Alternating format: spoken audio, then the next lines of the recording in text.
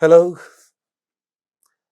and welcome again to the next session of the speaking module of this course in English.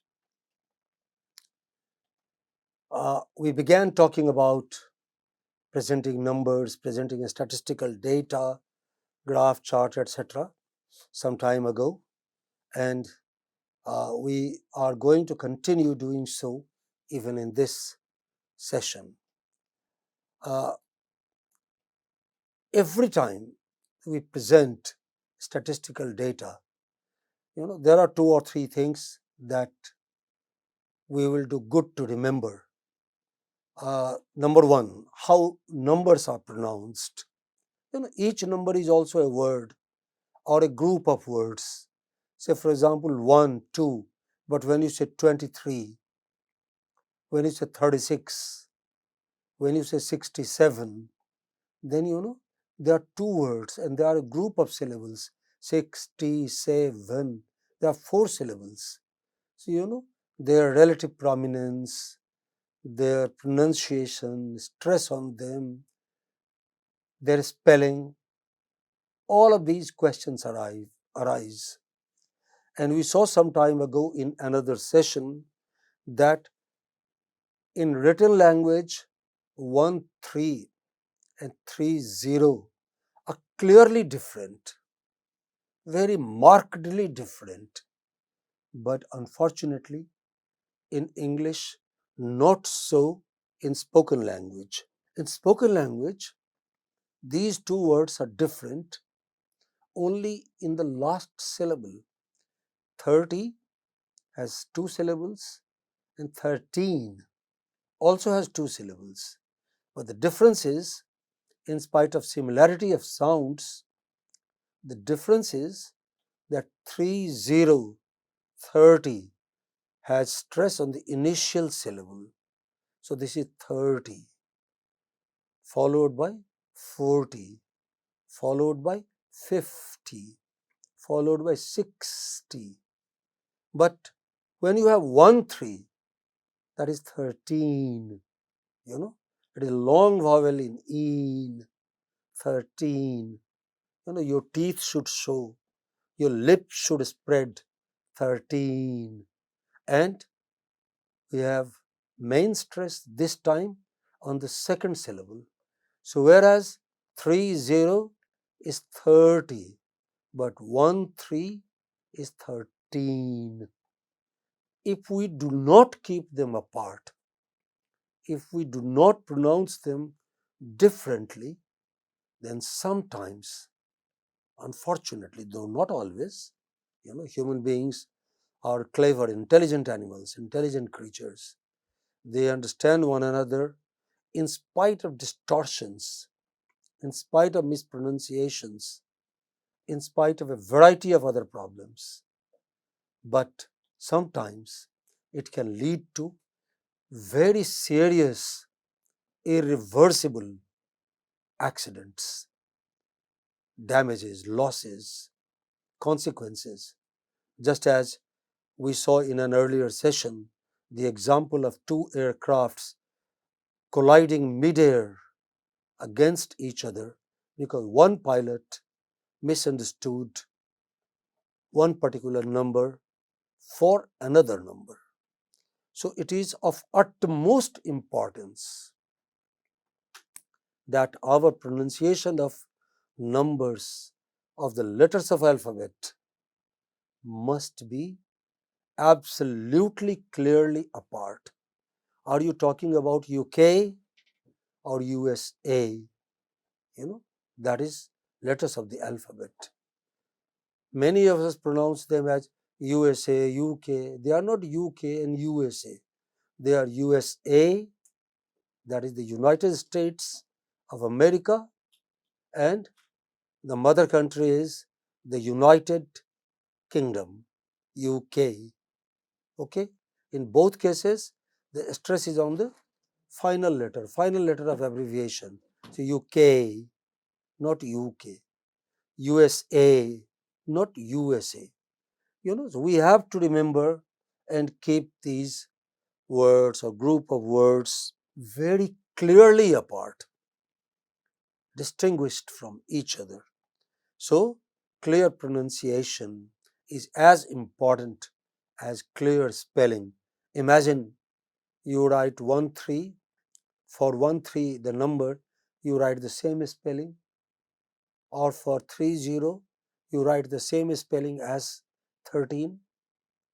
So, when we do not pronounce them clearly, we make a similar mistake and we deliberately cause confusion for the listeners, and then our presentation is likely to remain, I'm not saying will remain, human beings understand one another in spite of distortions, but we are likely to remain, confusing. We are likely to be misunderstood. So, get their pronunciation as correctly as you get the pronunciation of, as you get their spelling correctly. Sorry, as you get their spelling correctly, so we should also learn their pronunciation correctly. And there isn't much to learn, 1 to 20, and then 21, 23 until you go to 100, and then maybe another half a dozen words, thousand, millions, billions, dozen, score, and that's all. You are done, you're finished. Okay, no problem. You'll never be misunderstood. So with very little effort, with very little investment, you have very high returns. You must be careful enough to pronounce these numbers correctly. There is another problem in numbers, as we saw earlier. When we make a statistical presentation, it is not just the absolute numbers. We do not say, in my village there are 8 schools, in the neighboring village there are 7 schools, in the village of, in another village there are only 3 schools. We do not say that. We present them in a perspective. We present them as related to one another. That is why we use words like, in my village there are 8 schools, but in the one after mine, or in the one next to mine, there are 11 schools. But unfortunately, in yet another village, as we go on, there are only 3 schools. So we are presenting a picture that though you might find 11 plus 8 plus 3, 22 schools in this region, they are not evenly spread. Some sections of population have better access to more schools, and some other sections of population do not have such an easy access to so many schools. That continues to be actually a problem in the sector of primary education in many developing countries, including India. Okay, but this picture cannot come unless we speak about the numbers in relation to one another. That is relative presentation. So we look at place, we look at time, we look at factors. Okay, Bihar primary education 1993, Tamil Nadu secondary education 1995.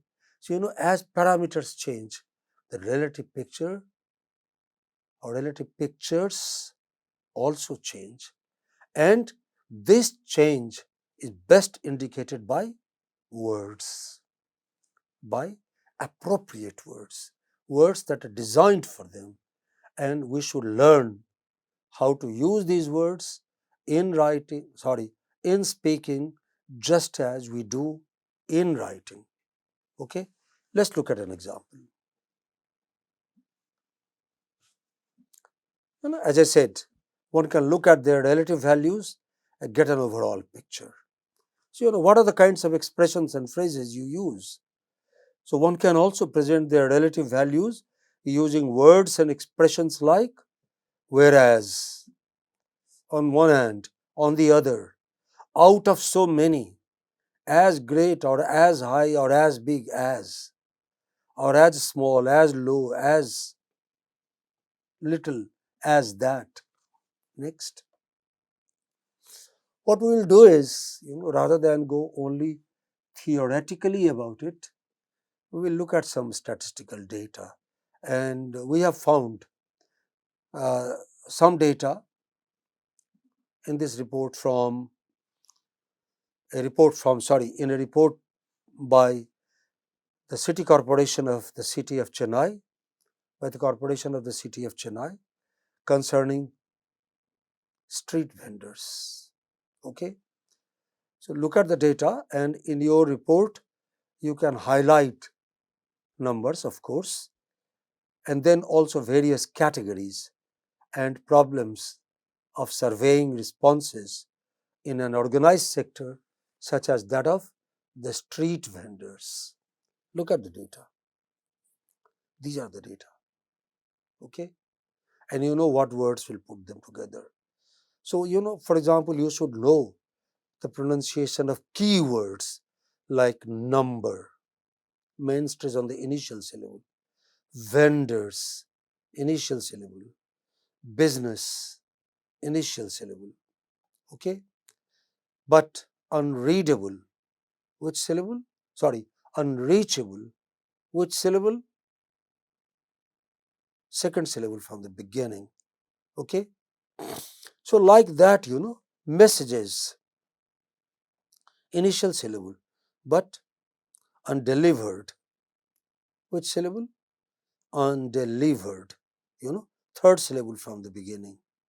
Okay, so in this manner, we should check the pronunciation of words. Similarly, numbers, we know 7, 9, 6, 5, but together, they will go as 7,965, and signals and tells the listener that now you are coming to the last number.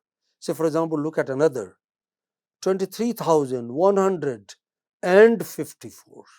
Okay, but when you have only one number, 68, how many vendors died during this period in the first 90 days of the lockdown? Okay, we say, oh, 68. you know so one number only, you do not have to say and before it, but because there are three syllables, 68, one of them has got to be prominent. Which syllable? We know the rule, it is 6. Had it been 16, then we would go to the second syllable. So, we have to remember some of these things. So, for example, how many messages were sent to track down the vendors? 15,265. Okay. How many messages remained undelivered? Which suggests that their phones could have been either switched off or could have had no power, or worse perhaps, could have had no connectivity. But we cannot say did not have connectivity, because we do not know. These data do not say whether these phones were connected or or they were not connected, whether those numbers were valid or they were not valid. We do not know, but we know that out of so many messages sent, out of, again a relative word, out of so many messages sent, some some messages, a good part of them remained undelivered. Okay, so this kind of picture will not emerge. Your listeners will not get this picture clearly unless you also make presentation in relative terms, numbers in comparison with one another, numbers related to one another, and then there are axes, parameters, which year, which place, you know Lot of vendors left. In the entire city of Chennai, there are 900 vending zones. So, did all vendors leave from only one vending zone? What is the meaning of the word vending? They're selling by hawking, you know. Ice cream, ice cream. Some vendor comes in the morning, in the evening, not in the morning. Ice cream vendors come only perhaps in the afternoon or in the evening. Okay. So, the city of Chennai has divided them, entire city, into vending zones, and each vendor has a license to stay in their zone and have almost a monopoly and sell their ware. So, did vendors from only one zone disappear? No, they disappeared from all zones. From some zones, more vendors disappeared than from some others. Which zones? Say, for example, Georgetown, Kodambakam, Royapuram. These zones lost many more than other zones in the city. Okay? So, this kind of picture, relative picture, will not come to you clearly unless we use terms and words of this kind as well, terms of numbers related to one another. Next, look at the data. Okay, go on, come back. You can now, it may not, you see, ordinarily you do not need to write your presentation before you start speaking. Just keep these things in mind. These slides will anyway be there before you. So you can do one of the two things. Either, switch the recording device on your phone or anything else on your computer on and talk to the computer, talk to your cell phone and record this presentation. And please remember, do not speak for longer than 2 minutes, but speak in those 2 minutes such that you get a lot of significant absolute numbers right, and you also get an overall picture, the numbers in relation to one another right. Okay? Once you have done that, you can rewind, listen, compare your work with the answer. Please come with the answer we have given. If you are happy with it, with your work, go on. If you are not so happy with your work, do it again. That is the best way to learn a skill. And making presentations, please believe me, is a skill, but it's an important skill. So important that not only the job you aspire for, but many other jobs and subsequent rises in life will depend upon how clearly, how relevantly, how concisely, in how little a period of time you are able to say how much. Okay? And this is both an art and a science. It's a craft. It will come to us only through practice, only through hard work. Okay?